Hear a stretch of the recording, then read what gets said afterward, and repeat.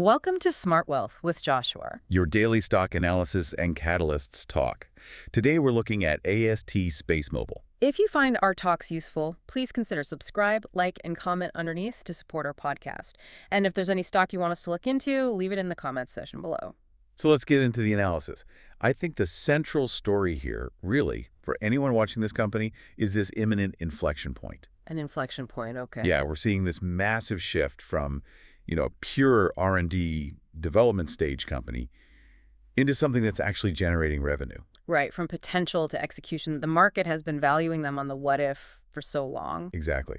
Now it's about what they can actually deliver. And the financial commitments are starting to prove that out. That's a great place to start because that distinction is so vital, especially with something as capital-intensive as space infrastructure. For sure. So let's talk about that pivotal revenue milestone they just announced. Absolutely. So they've secured over $1 billion in aggregate contracted revenue commitments. Over $1 billion. And that's not just a big number.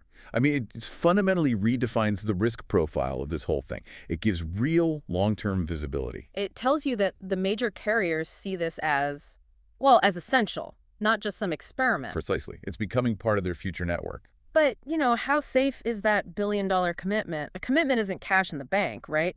Timelines can shift. That's a crucial point. And that's where we have to look deeper, not just at the total number, but at the structure of specific deals. Okay, so what should we be looking at? The STC prepayment. This is critical.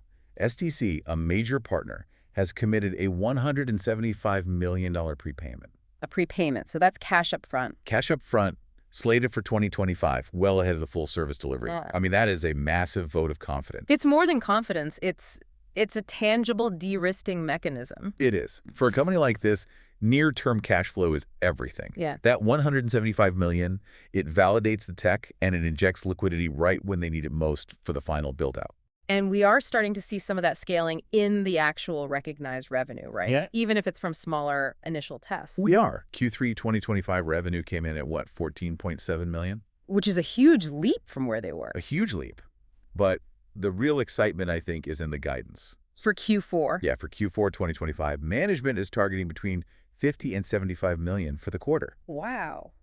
That's a nearly five-fold jump, quarter over quarter. It's an explosive acceleration. If they hit that, it's probably the clearest sign yet that their operational scaling is really working. But that kind of scaling, it costs a staggering amount of money. The number one concern is always how long until the cash runs out. The perennial question for any space company, and this is where, AST SpaceMobile really sets itself apart right now. Their cash position. Their cash position. Yeah. They ended Q3 2025 with over $2 billion in cash and equivalents. $2 billion. That's the highest in the company's history, isn't it? By a huge margin. It's a monumental buffer. So where did that capital come from, and what does it mean for shareholders? Most of it, about $1.6 billion net, came from convertible note offerings. Ah, so there's the trade-off. There's the trade-off. They bought themselves this incredible runway, enough to fund them through the 2026 commercial launch.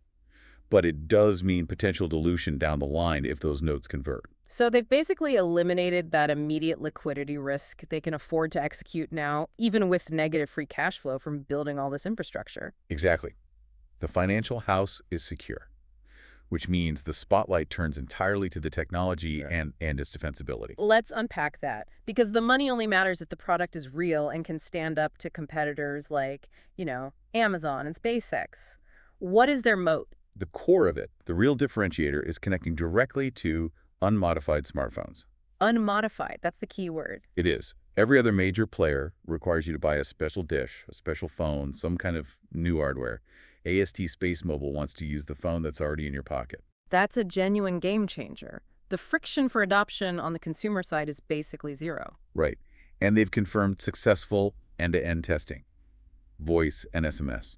It works. So what makes that durable? What stops a competitor from just copying it? Well, there are two interlocking advantages. First is the spectrum. The S-band spectrum. Yes, they hold global S-band spectrum priority rights. Why is S-band so important? It really just comes down to the physics of it. S-band is a lower frequency. Lower frequencies mean longer wavelengths. Which are better at getting around obstacles. Exactly. They are significantly better at penetrating buildings, walls, foliage.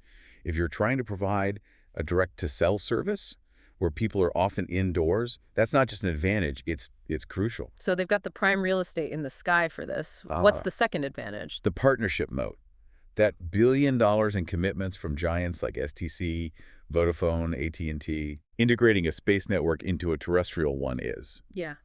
It's a huge engineering challenge. Mhm. Because they're already so deep in that process with these partners, the switching costs for those carriers become enormous. They're locked in. And they recently reinforced that with the Eliosat acquisition in September. A very strategic move. Okay. That wasn't just about adding capacity. It was about expanding their specific spectrum and tech portfolio. They are aggressively defending that 12 to 18-month lead they have. Okay, so let's pivot to risk. Yeah. The giants, Project Kuiper, Starshield, they have basically unlimited resources. Even with a lead, doesn't that threat loom large? Oh, that absolutely does. They're Yeah. massive threats. But it comes back to that foundation, the regulatory and technological lock-in. Kuiper and Starshield are fundamentally different beasts. Right. They don't have the same regulatory position in these crucial cellular bands. AST got there first, and that lead is sticky, but they have to use this window to deploy fast. Which brings us to the main bear case, execution risk. Precisely. The money is there, the contracts are there, but the biggest failure point is the gap between a commitment and recognized revenue. It's still a promise. It's a promise that requires successful launches and carrier activation. Every delay pushes that revenue further down the timeline. So if their big constellation deployment slips from, say, Q1 2026 into the back half of the year. Then the revenue flow is delayed, and it could compound that dilution risk you mentioned earlier. The pressure to go back to the markets increases. But that $2 billion cash runway, it mitigates the immediate risk, right? Right. They won't go bankrupt if a launch slides by a quarter. Correct. It gives them flexibility to absorb those bumps. The risk isn't existential, not anymore. The risk is about the timeline and what that does to the valuation. So what are the specific measurable milestones we should all be watching for in the next, say, 3 to 6 months? Okay, there are 3 critical near-term catalysts.